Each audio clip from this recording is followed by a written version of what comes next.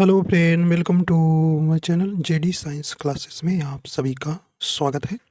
जैसा कि हम UP police constable re exam youth competition times book के सामान्य हिंदी के प्रैक्टिस सेट्स कर रहे हैं, तो आज का हमारा ये प्रैक्टिस सेट चौथे नंबर का होगा। ठीक है, तो इसके हम जो है 3 प्रैक्टिस सेट करा दिए हैं, तो ये आज का हमारा ये चौथे नंबर का प्रैक्टिस सेट होगा। ठीक है, आशा करता हूँ आप सभी अच्छे होंगे और आपकी तैयारी अच्छी चल रही होगी। देखिए, खबरें रोज़ भर्ती बोर्ड से आ रही हैं, तो आज भी खबर आई है पेपर में कि आपकी परीक्षा ऑनलाइन कराने का मंथन चल रहा है। ठीक है, तो ये भी कह रहे हैं कि पहले फिजिकल हो जाएगा, लेकिन पहले फिजिकल आपका नहीं होगा, पहले पेपर ही होने की ज़्यादा संभावना है। ठीक, तो पेपर जो है ऑनलाइन और ऑफलाइन कुछ दोनों प्रकार से, किसी भी प्रकार से हो सकता है, या तो ऑनलाइन होगा या तो ऑफलाइन।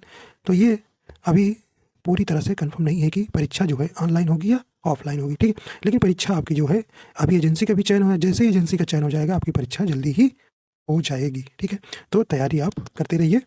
ठीक है, आइए देखते हैं पहला प्रश्न है।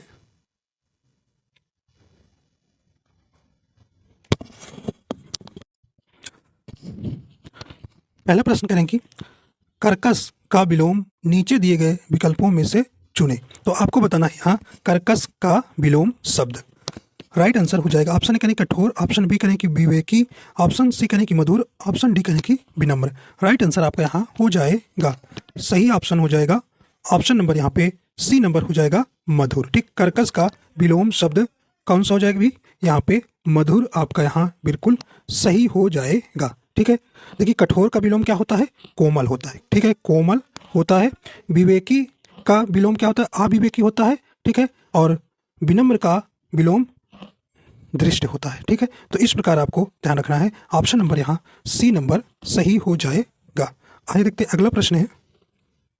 कहने की निर्देश प्रश्न संख्या 2-3 वाक्यांशों के लिए एक उचित विकल्प चुने। तो यहाँ पे आपको नीचे 2 से 3 प्रश्न जो हैं वो आपको देना है, निर्देश जो दिया गया है उसी के हिसाब से आपको चुनना है। ठीक है, चलिए भी कहें कि जो इंद्र पर विजय प्राप्त कर चुका हो। तो ये कई वाक्यों के लिए एक शब्द आपको यहाँ बताना है। जो इंद्र पर विजय प्राप्त कर चुका है हो उसे हम क्या कहते हैं। राइट आंसर आपका यहाँ हो जाएगा सही ऑप्शन नंबर सी हो जाएगा, इंद्रजीत। ठीक है, तो ऑप्शन नंबर यहाँ सी नंबर आपका बिल्कुल सही हो जाएगा। ठीक है,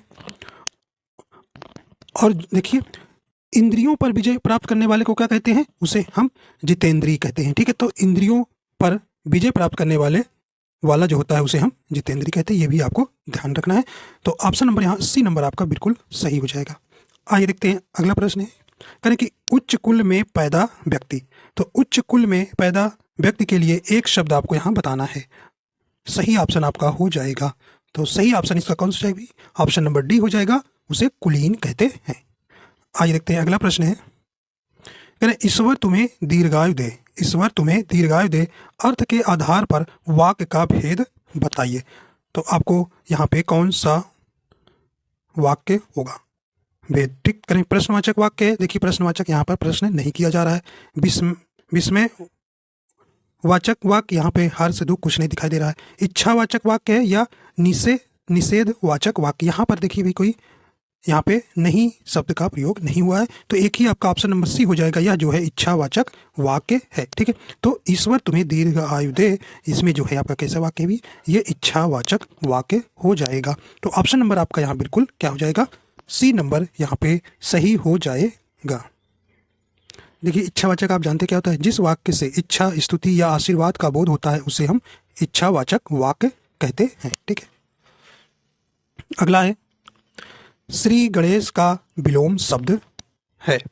राइट आंसर आपका हो जाएगा श्री गणेश का विलोम शब्द, इसमें से कौन सा हो जाएगा, सही ऑप्शन आपका हो जाएगा बी नंबर इति श्री। अगला है करें कि फूल का पर्यायवाची नहीं है। तो आपको ध्यान देना है, नहीं वाला आपको बताना है। इसमें आपको फूल का पर्यायवाची कौन सा शब्द नहीं है। देखिए सुमन होता है, पुष्प होता है और कुसुम होता है। देखिए तनुजा नहीं होता भाई। ऑप्शन नंबर यहाँ सी नंबर आपका बिल्कुल यहाँ राइट हो जाएगा। तो भाई तनुजा किसका होता है पर्यायवाची, तो ये बेटी का होता है। ठीक है, बेटी का। ठीक है, ध्यान रखिएगा, बेटी या पुत्री जिसे आप कहते हैं। ठीक है, तो यहाँ पे सी नंबर आपका बिल्कुल यहाँ राइट हो जाएगा। आइए देखते हैं अगला है। किस रस को रसराज कहा जाता है। देखिए रसों से एक प्रश्न आपको हर शिफ्ट में देखने को मिला था। ठीक है, इसके स्थायी भाव पूछ लिए थे, तो मैंने आपको बता ही रखा था की स्थायी भाव आप जरूर याद करिएगा, और ये आपका आएगा परीक्षा में, आया भी। चलिए भाई, किस राज्य को रसराज कहा जाता है? कह रहे हैं कि वीर रस को, हास्य रस को, श्रृंगार रस को, या शांति रस को। तो राइट आंसर आपका यहाँ हो जाएगा, किसको कहते हैं भी? यहाँ पे राइट आंसर ऑप्शन नंबर इसका कौन सा हो जाएगा? सी नंबर सही हो जाएगा। श्रृंगार रस को क्या कहते हैं? रसराज कहा जाता है, ठीक है। और श्रृंगार रस दो प्रकार का होता है, संयोग श्रृंगार और वियोग श्रृंगार रस, ठीक है। यहाँ पे ध्यान रखना। तो वीर रस का क्या अस्थायी भाव होता है? उत्साह, ठीक है। और श्रृंगार रस का अस्थायी भाव रति होता है, ठीक है। हास्य रस का अस्थायी भाव हास होता है। और शांति वाला, देखिए मैंने बहुत कहा था कि जरूर पूछेगा शांति वाला, आपको शांति रस का अस्थायी भाव निर्वेद पूछा गया था, ठीक है। तो ये आप अस्थायी भाव याद रखिएगा, ठीक है। अस्थायी भाव भी याद रखिएगा और इनके कुछ आप उदाहरण भी तैयार कर लीजिएगा, ठीक है। तो आप जानते हैं रस जो है कितने हैं? 9 है, ठीक है। और अस्थायी भाव की संख्या भी क्या है? 9 ही है, ठीक है। देखिए भरत मुनि के अनुसार पूछा जाता है कौन रस नहीं माना जाता है, तो शांत रस को वे नहीं मानते, ठीक है।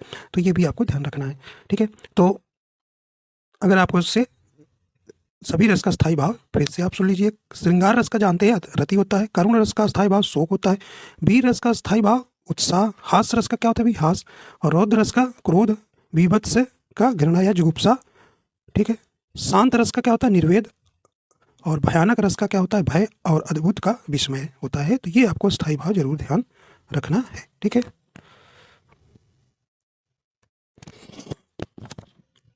अगला प्रश्न करें कि 8वां प्रश्न है, करें कि मन रे तन कागज का पुतला, लागे बूंद बिनसी जय छिन में, गर्भ करे क्या इतना।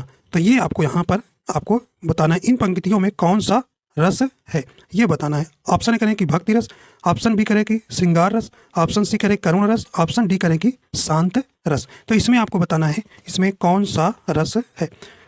देखिए भी कह रहे हैं कि मन रे तन कागज का पुतला, तो यहाँ पे कवि का कह रहा है कि तन को कागज के पुतले के समान क्या माना है, ठीक है, जो कि क्षण भर में पानी की बूंदों से क्या हो जाता है? नष्ट हो सकता है, ठीक है। लागे बूंद बिनसी जय छीन, माने नष्ट हो सकता है, बूंदों से नष्ट हो सकता है। फिर भी कह रहे कि गर्व करे क्या इतना, फिर भी इस तन पर इतना गुमान क्यों, ठीक है। यहाँ पर जो है कवि तन को छोड़कर परमात्मा के प्रति अनुराग पैदा कर रहा है। तो यहाँ पे आपको कैसा अलंकार है भी? यहाँ शांत रस दिख रहा है, ठीक है। तो शांत रस हो जाएगा। मन रे तन कागज का पुतला, भाई तन जो है कागज का क्या है? पुतला है। अगर बूंद भी पड़े तो इस पर क्या हो जाएगा? वो नष्ट हो जाएगा।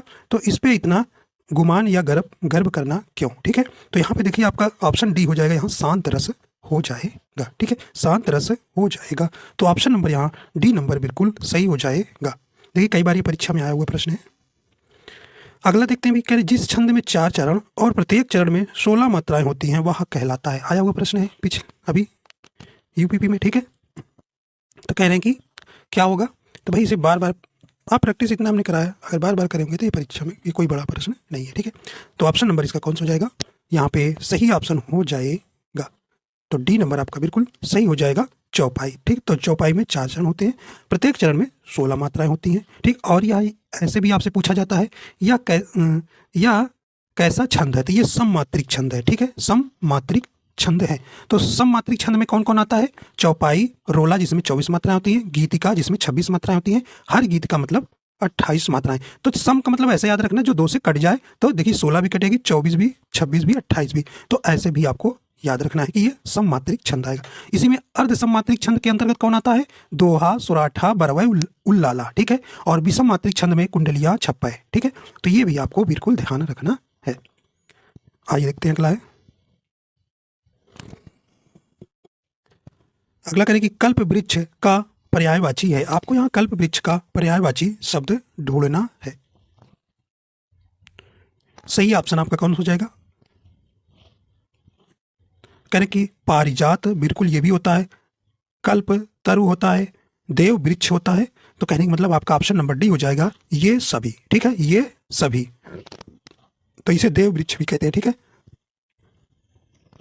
हरिचंदन भी कहते हैं, ठीक है, इसे हरिचंदन भी कहते हैं। तो ऑप्शन नंबर डी यहाँ बिल्कुल राइट हो जाएगा। आइए देखते हैं अगला, कह रहे हैं कि हिंदी की आदि जननी क्या है। देखिए ये प्रश्न आपके यूपीपी में आया हुआ था, ठीक है। कह रहे हिंदी की आदि जननी क्या है। यहाँ पे राइट आंसर आपका यहाँ हो जाएगा, कौन सा हो जाएगा? ऑप्शन नंबर यहाँ बी हो जाएगा, संस्कृत। ठीक है, तो ऑप्शन नंबर बी यहाँ राइट हो जाएगा।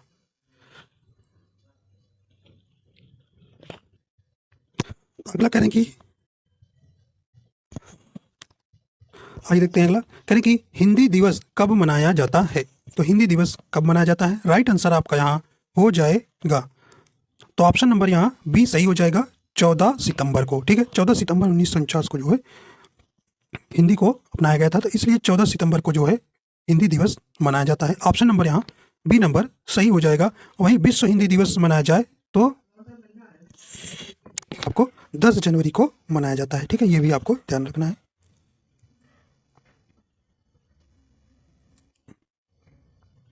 अगला कहना है कि दिन रात अध्ययन करके भी वह प्रथम स्थान न प्राप्त कर सका। नीचे दिए गए वह प्रथम स्थान न प्राप्त कर सका। नीचे दिए गए विकल्पों में से इस वाक्य में रेखांकित शब्द की वर्तनी शुद्ध कीजिए। तो ये आपका रेखांकित शब्द है, अध्ययन को आपको शुद्ध इसमें शब्द बताना है कि दिन रात अध्ययन करके भी वह प्रथम स्थान न प्राप्त कर सका। ठीक है, तो ये आपको सही ऑप्शन इसमें कौन सा हो जाएगा भी।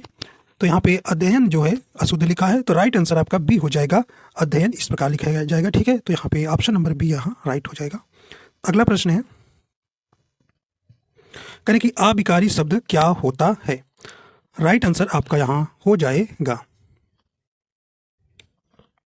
सही ऑप्शन हो जाएगा, ऑप्शन नंबर सी हो जाएगा, अव्यय होते हैं। ठीक है, तो अविकारी शब्द क्या होते हैं भी, अव्यय होते हैं। ठीक है, तो जिन शब्दों के रूपों में लिंग वचन और कारक के अनुसार कोई परिवर्तन नहीं होता उन्हें अविकारी शब्द कहते हैं। जैसे आगे पीछे ऊपर नीचे यहाँ वहाँ आदि जो है ये कैसे है, अविकारी शब्द है। ठीक, तो अविकारी शब्द को अव्यय भी कहा जाता है। इनके जो है 4 भेद होते हैं। ठीक है, कितने भेद, 4 भेद, क्रिया विशेषण, संबंध बोधक, समुच्चय बोधक और विस्मयादि बोधक। ठीक है, आज देखते हैं अगला है, कह रहे कि हिंदी वर्णमाला में व्यंजनों की संख्या है। आपको यहाँ बताना है हिंदी वर्णमाला में व्यंजनों की संख्या कितनी है। राइट आंसर हो जाएगा, तो कितनी है भी, आपका ऑप्शन नंबर यहाँ सी हो जाएगा, 33। ठीक, 11 स्वर हैं और 33 व्यंजन होते हैं। अब आपका निर्देश है, प्रश्न संख्या 16 से 20 निम्नलिखित काव्यांश को पढ़िए और उनके नीचे दिए गए प्रश्नों के उत्तर विकल्पों में से चुनकर लिखिए। ठीक है, तो ये आपको नीचे छोटा सा काव्यांश है, उसी को पढ़कर आपको जवाब देना है। देखिए, करे कुछ भी बन बस कायर मत बन, ठोकर मार पटक मत माथा, तेरी राह रोकते पाहन। पाहन माने क्या होता है, पत्थर। ठीक है, कुछ भी बन बस कायर मत बन, ले देकर जीना क्या जीना, मतलब ले देकर या दूसरे पर ही निर्भर रहना, क्या जीना, कब तक गम के आंसू पीना, मानवता ने तुझको सींचा, वहां युगों तक खून पसीना। ठीक, वहां युगों तक खून पसीना। तो ये आपका गद्यांश छोटा से था, काव्यांश था। अब इसी पर आपको प्रश्न का जवाब देना है। करें कभी क्या करने की प्रेरणा दे रहा है, तो ये आपको बताना है। करें गम के आंसू पीने की नहीं, आत्मसमर्पण की नहीं, रुकावटों को ठोकर मारने की, या कुछ भी ना बनने की, ये तो बिल्कुल नहीं। तो देखिए ऑप्शन सी ही बिल्कुल सही हो जाएगा, रुकावटों को ठोकर मारने की क्या दे रहा है प्रेरणा। ठीक है, तो ऑप्शन सी यहाँ पर आपका बिल्कुल राइट हो जाएगा। अगला देखते हैं, करें कि इन पंक्तियों में कायर का अर्थ है, कायर का अर्थ है, करें सहज होगा, समझौतावादी, चालाक, दुष्ट। तो यहाँ पे ऑप्शन बी हो जाएगा, समझौतावादी। अगला है, करें कि कुछ भी बन बस कायर मत बन, कवि ने क्यों कहा। सही ऑप्शन आपका यहाँ हो जाएगा, सही ऑप्शन कौन सा है, ऑप्शन नंबर सी हो जाएगा, कायर मनुष्य का जीवन व्यर्थ है। ठीक है, तो ऑप्शन सी यहाँ राइट हो जाएगा। अगला कहने की पाहन शब्द का पर्यायवाची है, तो आपको पाहन शब्द का पर्यायवाची बताना है। राइट आंसर हो जाएगा, तो क्या हो जाएगा, ऑप्शन सी हो जाएगा, पत्थर। अगला है, कहने की कवि के अनुसार किस प्रकार का जीवन व्यर्थ है। तो यह अभी काव्यांश से ही प्रश्न चल रहा है। ठीक है, ऑप्शन हो जाएगा, कवि के अनुसार किस प्रकार का जीवन व्यर्थ है, तो यहाँ पे आपका ऑप्शन नंबर बी हो जाएगा, समझौतावादी। अगला है, इस समास में पहला पद संख्यावाचक होता है। तो आपको हमने बताया है, इसमें से आपसे बताना है किस समास में पहला पद जो है संख्यावाचक होता है। राइट आंसर आपका यहाँ हो जाएगा। तो किसका होता है बी? तो कहने की द्विगु द्वि द्विगु द्वि हमने इसे बताया, पहचानेंगे आप। ऑप्शन नंबर बी हो जाएगा द्विगु समास। ठीक है, द्विगु द्वि द्वि नंबर दो होती है, तो वहाँ पे आपको याद रखना है पहला पद क्या हो जाएगा? संख्यावाचक होता है। तो द्विगु समास आप हमने बताया कि जिस समास का प्रथम पद संख्यावाची तथा अंतिम पद मतलब दूसरा पद संज्ञा हो उसे द्विगु समास कहते हैं। जैसे आपको हमने बताया था त्रिभुज, नवरत्न, त्रिफल, ठीक है, चौराहा, ठीक, तो ये आपके क्या हो जाएंगे? द्विगु समास हो जाएगा। ठीक, तो परिभाषाएं भी आपको ध्यान रखना है और उसके उदाहरण भी और उसके समास विग्रह। तो 3 प्रकार से प्रश्न आपसे यहाँ पूछे जाएंगे समास से। ठीक है, तो अव्ययी भाव समास क्या होता है भाई? तो जिस समास का प्रथम पद या पूर्व पद अव्यय हो, अर्थात जिसमें प्रथम पद क्या हो?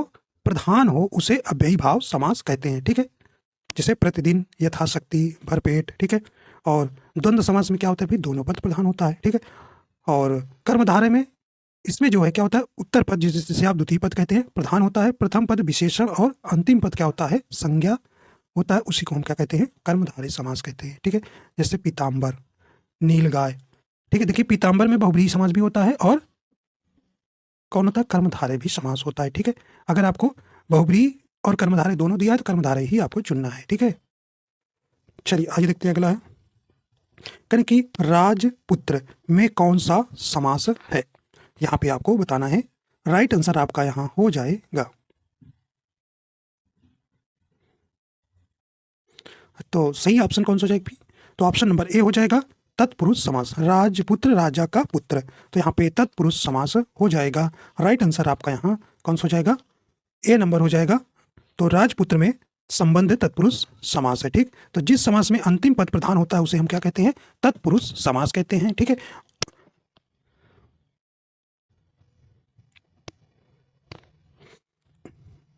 अगला देखिए, कहते हैं निर्देश करें कि प्रश्न संख्या 23 से 24 निम्नलिखित प्रत्येक 4 विकल्पों में से बेमेल शब्द को चिन्हित कीजिए। इसमें आपको बेमेल शब्द बताना है। करें समस्या, खेद, कठिनाई, जटिलता। यहाँ पे राइट आंसर हो जाएगा। ठीक है, देखिए समस्या, कठिनाई तथा जटिलता किसी काम के परेशानियों का दर्शाता है, परेशानियों को क्या करता है? दर्शाता है, जबकि खेद इनसे क्या है? भिन्न है। तो ऑप्शन बी यहाँ राइट हो जाएगा। अगला देखिए 24वां प्रश्न, करें कि घर, परिजन, परिवार या बच्चे। तो यहाँ पे आपका कौन सा हो जाएगा? देखिए यहाँ पे परिवार, परिजन तथा बच्चे रिश्तों को दर्शाता है, जबकि घर जो है इनसे भिन्न है। तो ऑप्शन ए यहाँ राइट हो जाएगा। आइए देखते हैं अगला है, करें जिस समास का पूर्व पद पहला पद प्रधान हो उसे कौन सा समास कहते हैं? देखिए परिभाषा से प्रश्न आया, राइट आंसर हो जाएगा।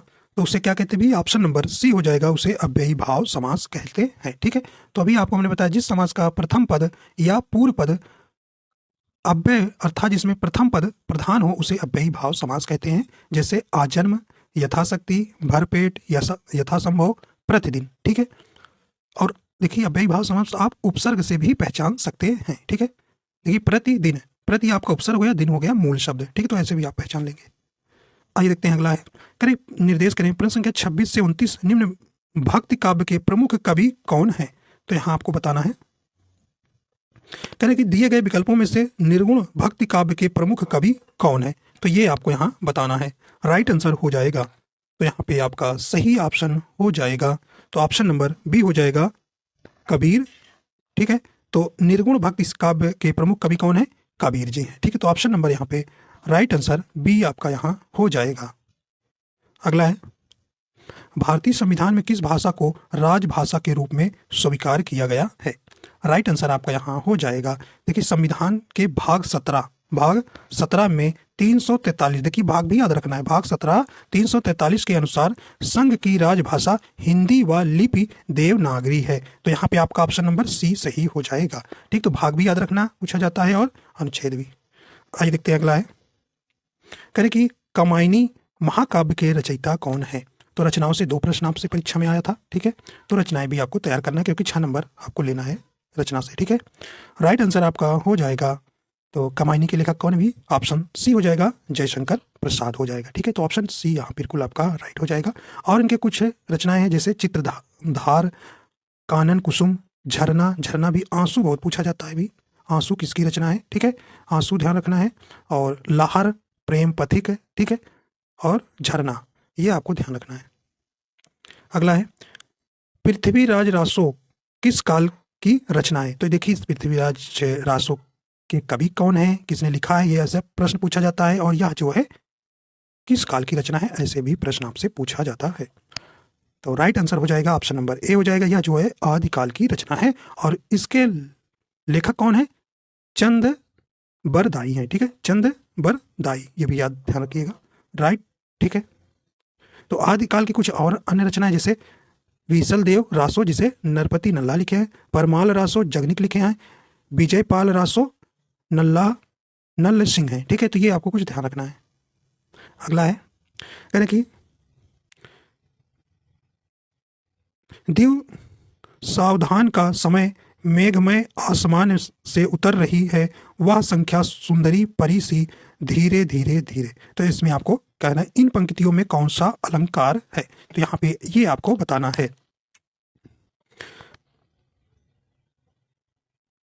राइट आंसर आपका कौन सा हो जाएगा, तो इसमें जो है आपका अलंकार कौन सा, ऑप्शन नंबर डी हो जाएगा, मानवीकरण अलंकार है। ठीक है, तो जिस पंक्ति में निर्जीव वस्तु का वर्णन सजीव की तरह किया जाए वहां जाए या निर्जीव वस्तु का मानवीकरण कर दिया जाए तो वहां पर मानवीकरण अलंकार होता है। ठीक है, तो यहाँ पे ऑप्शन नंबर यहाँ डी सही हो जाएगा।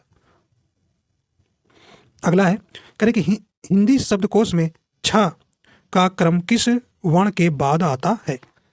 राइट आंसर हो जाएगा, तो ये किसके बाद आता है भी, तो ये ध्यान रखिएगा, ये का के बाद आता है। ठीक है, ऑप्शन नंबर ए यहाँ पे आपका बिल्कुल सही हो जाएगा। अगला है करें कि खग जाने खग की भाषा लोकोक्ति का उचित अर्थ नीचे दिए गए विकल्पों में से बताइए। राइट आंसर आपका हो जाएगा, सही ऑप्शन हो जाएगा, ऑप्शन डी हो जाएगा, समान प्रवृत्ति वाले लोग एक दूसरे को सराहते हैं। ठीक है,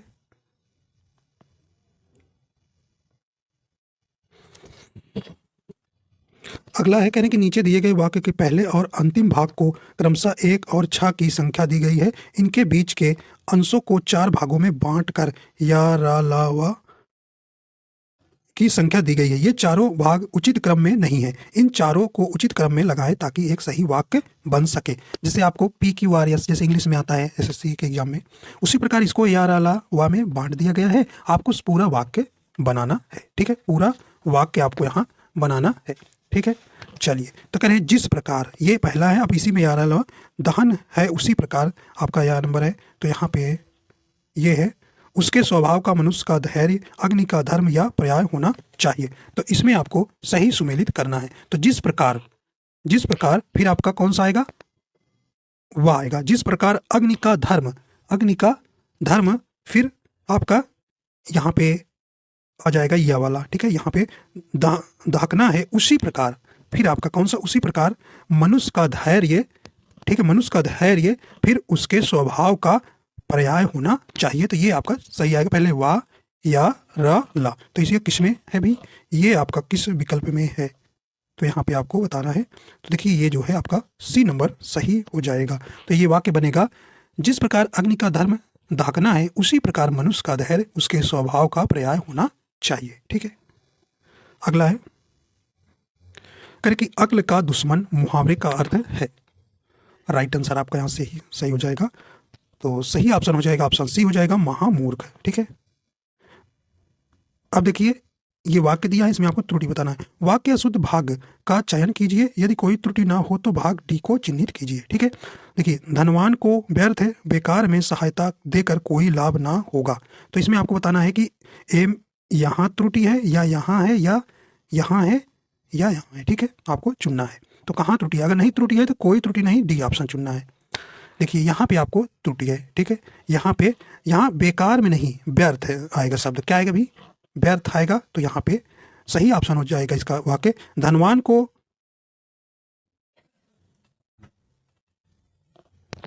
यहाँ पे आपका कौन सा चुनेंगे, तो यहाँ बेकार में जो है नहीं रहेगा। ठीक है, ये बेकार में गलत है। ठीक है, तो धनवान को व्यर्थ में सहायता देकर कोई लाभ नहीं होगा, ये सही वाक्य होगा। ठीक है, तो यहाँ व्यर्थ तो आपके आगे लगाइए। ठीक है, तो ये सिर्फ बेकार हटा देना। ठीक है भी, ये नहीं लगाना। तो यहाँ धनवान को व्यर्थ में सहायता देकर कोई लाभ ना होगा, सही वाक्य होगा। ठीक है, तो ये बेकार जो है बी नंबर आपका बिल्कुल ऑप्शन यहाँ सही हो जाएगा। ठीक, तो बेकार नहीं होगा। तो धनवान को व्यर्थ में होगा, ना कि बेकार। बेकार शब्द अनावश्यक आ गया है, ठीक है। अगला है, दिए गए शब्दों में शुद्ध वर्तनी वाला शब्द होगा। यहाँ पे आपको शुद्ध या शुद्ध आपसे पूछा गया था एक प्रश्न। राइट आंसर आपका यहाँ सी हो जाए, कौन सा हो जाएगा? कह रहे कि सर्वोत्तम। देखिए सर्वोत्तम गलत लिखा है और ये आधा ता भी होता है, तो ये गलत ता लिखे हैं, तो ये गलत हो गया। तो सर्वोत्तम कैसा रहेगा भाई? आधा ता पूरा ता मा रहेगा, ठीक। तो यहाँ इसलिए गलत हो गया। और देखिए सांसारिक, तो यहाँ पे बड़ा का मात्रा रहेगा, ठीक है। बड़ा का मात्रा रहेगा दोनों में, ठीक है। तो इसलिए ये गलत हो गया। देखिए ये कीर्ति भी आपका कीर्ति लिखे, यहाँ कीर्ति होता है भाई, छोटी का मात्रा में होगा, ठीक है। छोटी ई का मात्रा होगा, ठीक है, कीर्ति। तो यहाँ ये भी अशुद्ध हो गया। देखिए सच्चिदानंद है, बिल्कुल सही है, सी ऑप्शन आपका सही है, ठीक है। सी नंबर आपका बिल्कुल सही हो जाएगा। आइए देखते हैं अगला प्रश्न है। कह रहे हैं कि उपसर्ग का प्रयोग होता है, बताइए भाई उपसर्ग का प्रयोग कहाँ होता है? कह रहे शब्द के आदि में, शब्द के मध्य में, शब्द के अंत में, या इनमें से कोई नहीं।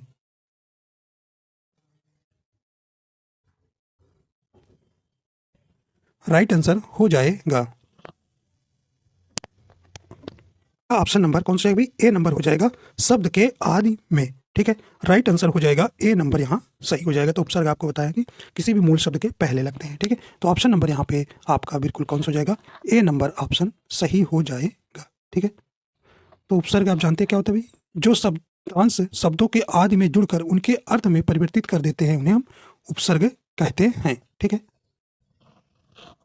तो इस प्रकार आपके 37 क्वेश्चन पूरे हो जाते हैं। आशा करता हूँ आपको पसंद आया है।